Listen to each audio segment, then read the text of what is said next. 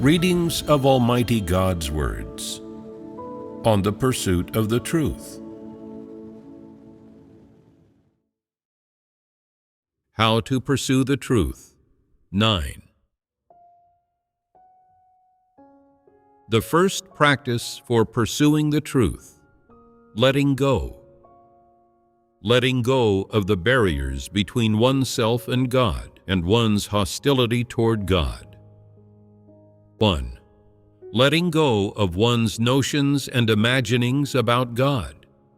Letting go of one's notions and imaginings about God's work. F. God's work does not change people's innate conditions. It aims to change their corrupt dispositions. During this period, the topic of our fellowship has involved a relatively broad scope, hasn't it? It has involved some more specific issues of humanity, and it has also involved some issues of people's lives. At the last gathering, we fellowshipped about topics involving caliber, and then we fellowshipped about how to discern innate conditions, humanity, and corrupt dispositions. Our fellowship on the topic of caliber has basically been completed. From now on, you can judge exactly how a person's caliber is, based on this content. When fellowshipping about these three aspects, innate conditions, humanity, and corrupt dispositions, we fellowshipped about some manifestations and revelations of people in daily life, to judge whether these fall under their innate conditions, humanity, or corrupt dispositions.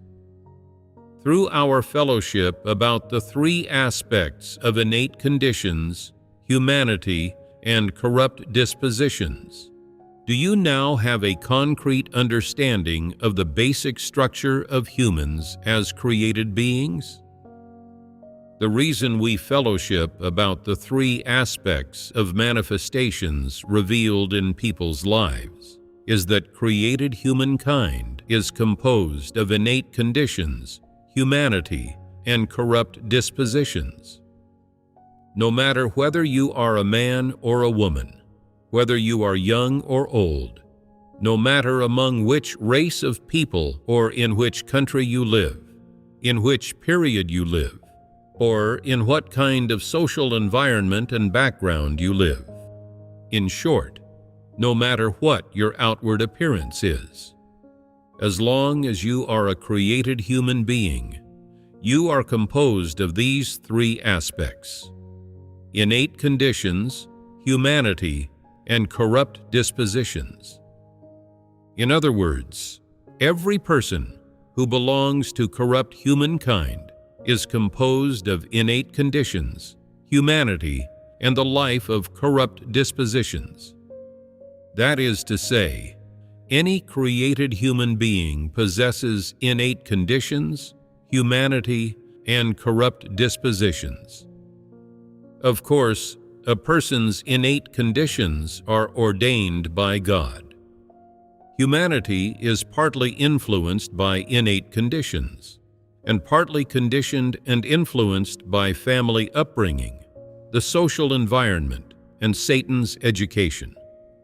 Corrupt dispositions, meanwhile, are a person's satanic dispositions and satanic nature produced by the misleading and corruption of Satan. This corrupt nature partly comes from one's family, partly from society, and partly from the influences and conditioning that a person experiences in various environments. From this perspective, any created person is actually not any kind of mystery, because they are composed of these three aspects: innate conditions, humanity, and corrupt dispositions. Therefore, discerning what kind of person someone is should actually be easy. Setting aside the innate conditions ordained and bestowed by God, What remains is to discern what a person's humanity is like and what corrupt dispositions they have. These determine what the essence of this person is like. Discerning in this way makes things very clear. Discerning what a person's essence is based on these things is not a difficult matter. Discerning in this way has a basis and also has a standard of measurement. 6.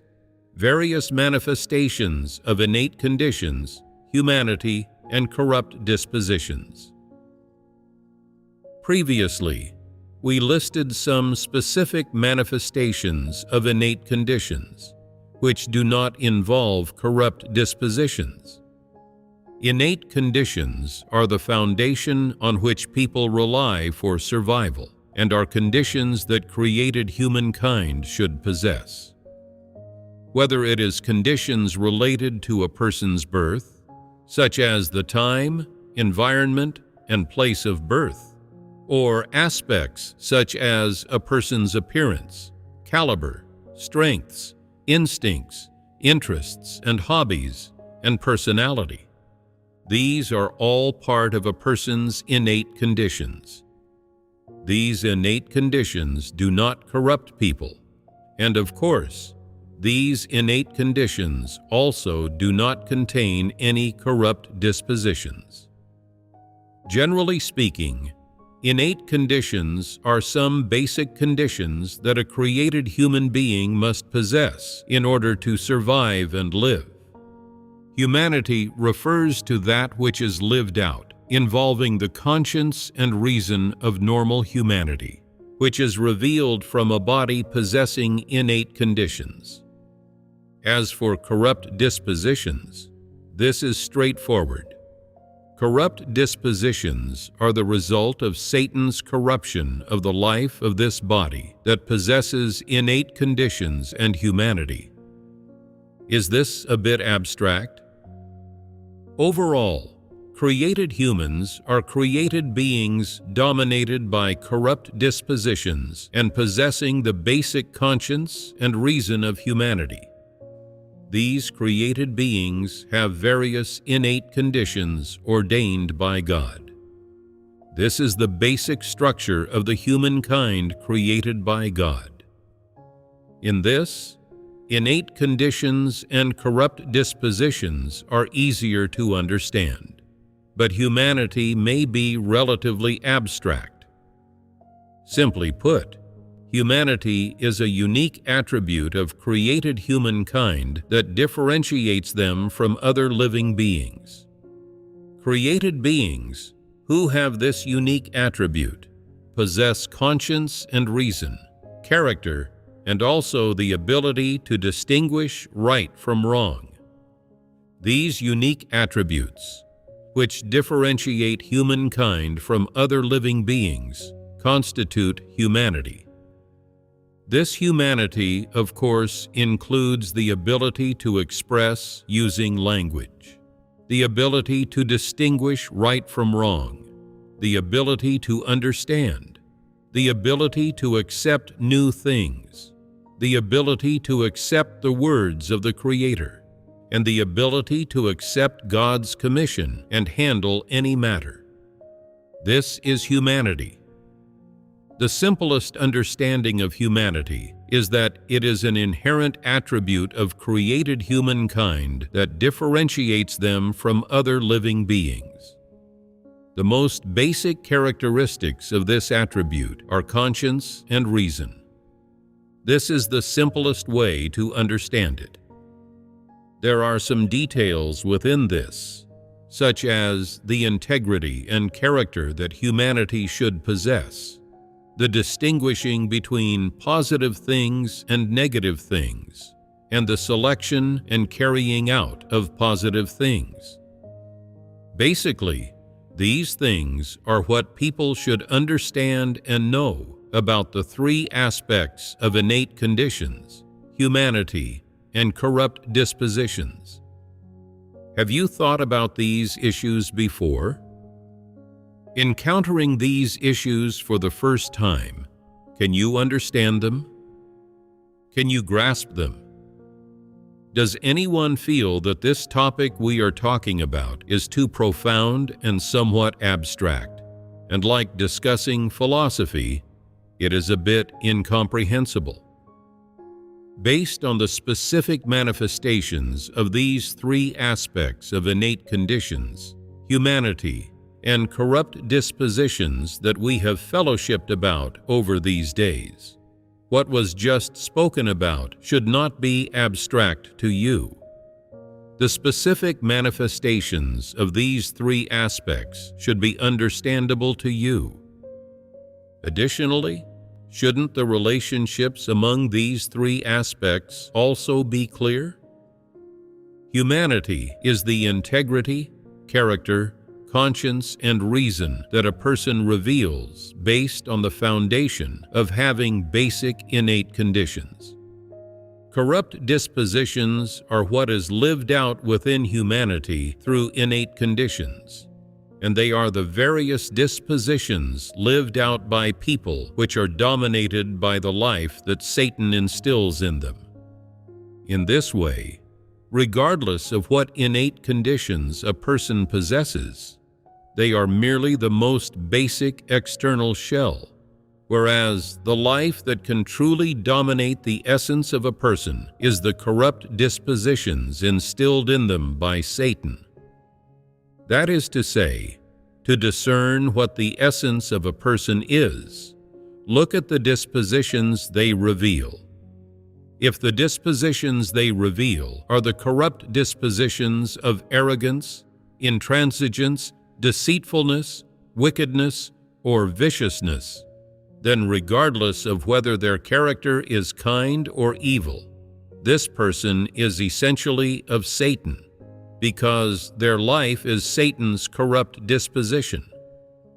Therefore, what a person's attribute is depends on the life they possess within, not on what their innate conditions are.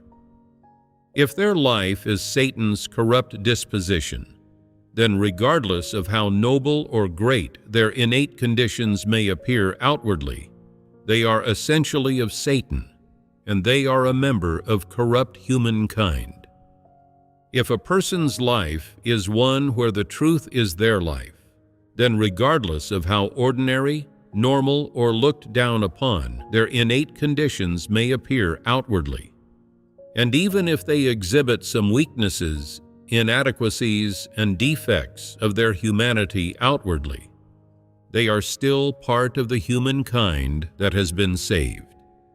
They essentially belong to God and are not of Satan. Their essence changes. Once their essence changes, their belonging also changes. They belong to the truth and to God.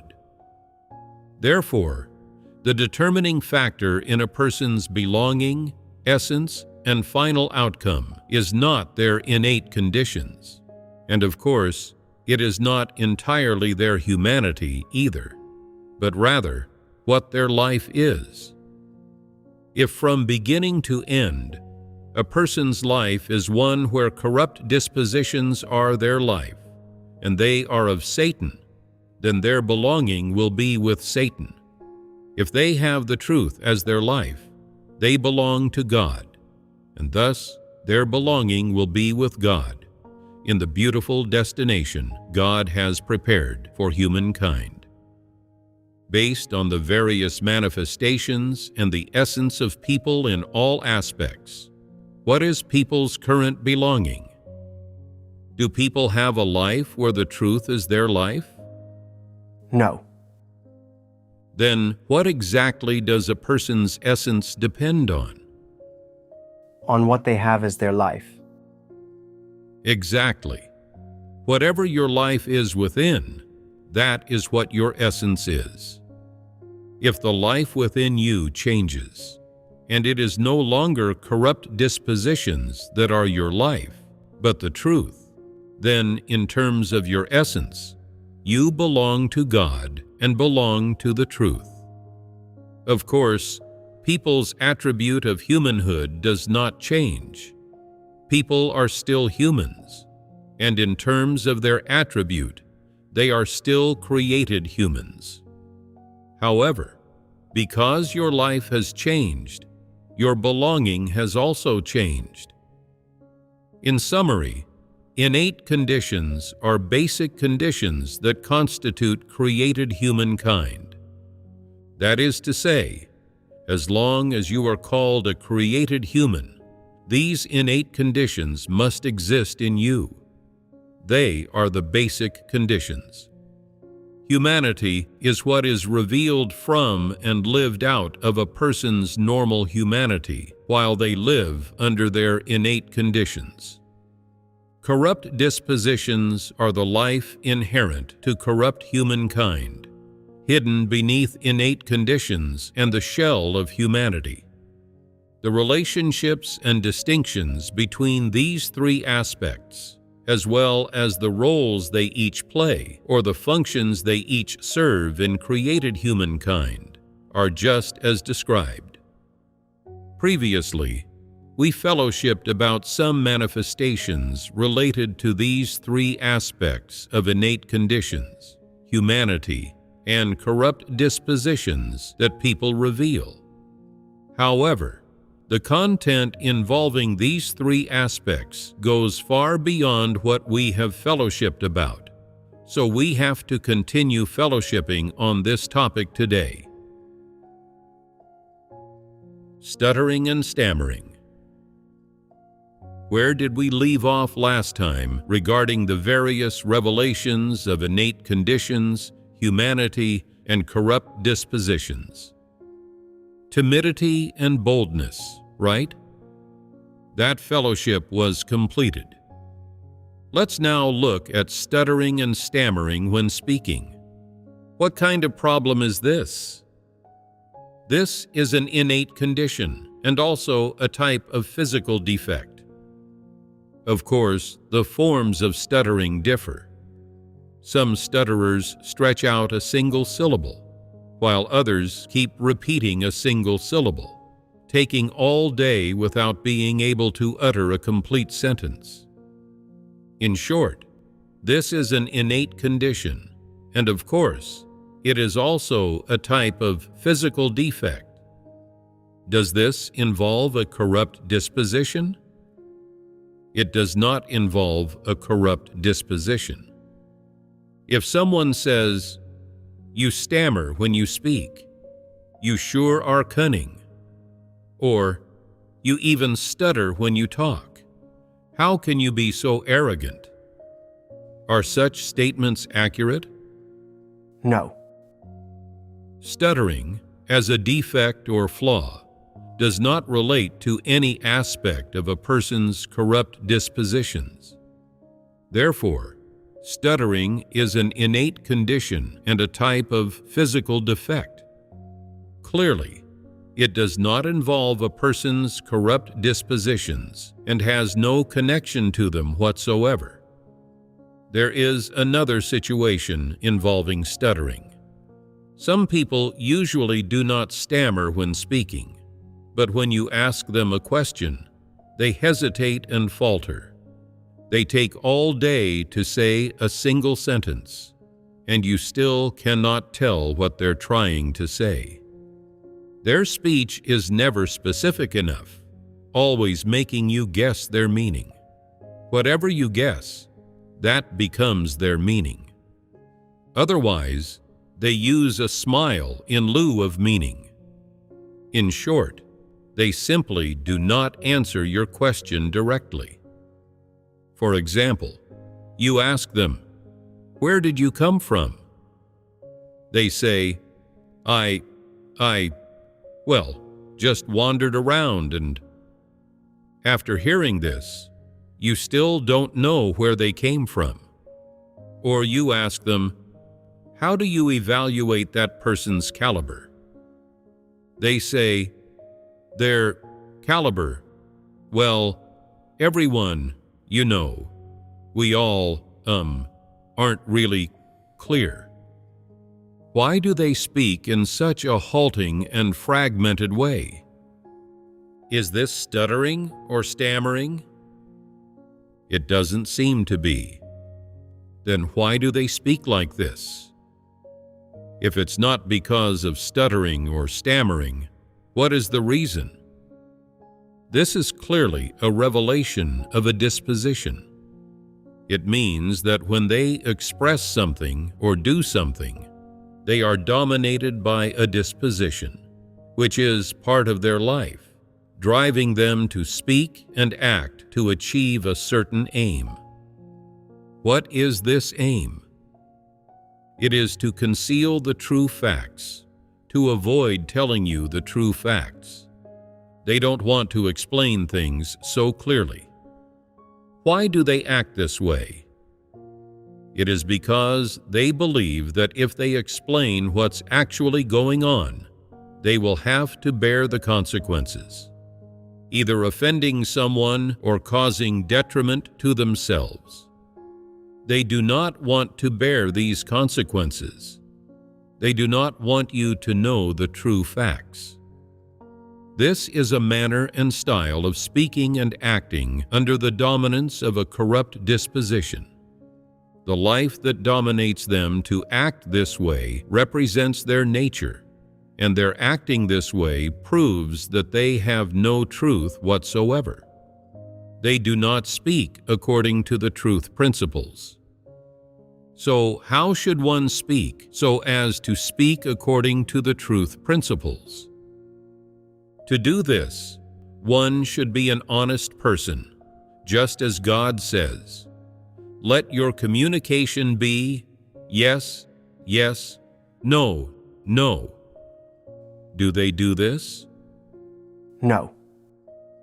What do they do? They neither say yes when it is yes, nor no when it is no. What method do they use? They speak ambiguously, using deceitful and wicked ways to express their meaning so as to achieve their goal of protecting themselves.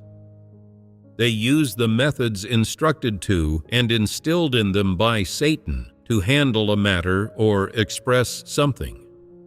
This is clearly the corrupt disposition of Satan. This is not a shallow revelation of humanity, but a revelation of a way of acting under the dominance of Satan's corrupt disposition. Enjoying thrills. Let's continue with another manifestation: enjoying thrills and disliking blandness, doing all things and making every lifestyle choice for the sake of thrills. What kind of problem is this? First of all, does this fall under interests and hobbies within innate conditions? Yes. Does it? Think carefully. Does it truly belong there? Is enjoying thrills normal in a person's rationality? It is not normal.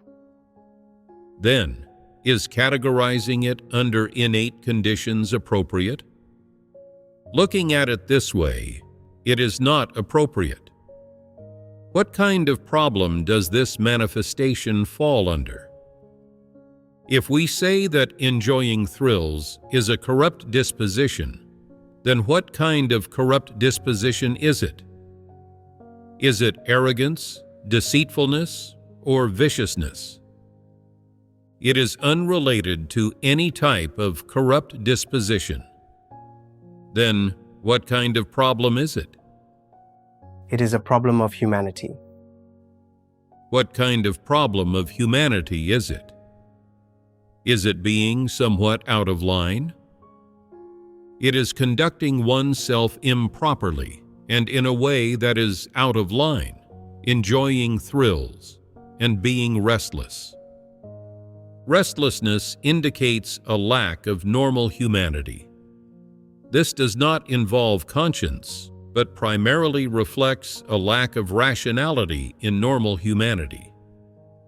Such people cannot stick to one task or do their duties in a way that is rule-abiding and dutiful. They are unable to do things like adults. They lack mature thinking, a mature style of personal conduct, and a mature way of doing things. At the very least, this is a defect of their humanity. Of course, this does not rise to the level of being a problem of their character, but relates to an attitude with which they conduct themselves and act. Enjoying novelty and thrills, being inconsistent in whatever they do, being unable to persevere, being restless and improper, and always wanting to seek thrills and try out fancy new things. Issues of this type fall under defects of humanity. People who enjoy thrills lack the rationality of normal humanity. It is not easy for them to bear the responsibilities and work that adults should bear. Whatever job they do, as long as they do it for a long time and it loses its novelty, they find it boring, lose interest in doing it, and want to seek a sense of novelty and thrill. Without thrills, they feel things are bland and may even experience a sense of spiritual emptiness. When they feel this way, their hearts become restless, and they want to seek thrills or things that interest them. They constantly want to do something unconventional. Whenever they find the work they are doing or the affairs they are handling boring or uninteresting, they lose the desire to continue. Even if it is work they should be doing or work that is meaningful and valuable, they cannot persevere. Look at how, among non-believers, there are many who frequently use drugs. Regardless of the reasons behind this, they enjoy using drugs to seek a sense of thrill and to seek irrational sensations beyond what normal people possess. People who enjoy thrills are similar to those who rely on drugs for stimulation. They lack the rationality of normal people in the way they conduct themselves, and always like to pursue unrealistic and transcendent sensations when choosing their lifestyle. This is very dangerous. People of this type often appear outwardly to have no major problems. If you do not discern such people or see through to their essence or the essence of this kind of problem, you might think, these people just have unstable dispositions. They are in their 30s or 40s, but are still immature like children. In actuality, deep within, people of this type continually seek thrills. No matter what they do, they lack the thoughts and awareness of adults, as well as the approach and attitude with which adults handle matters. Therefore, such people are very problematic.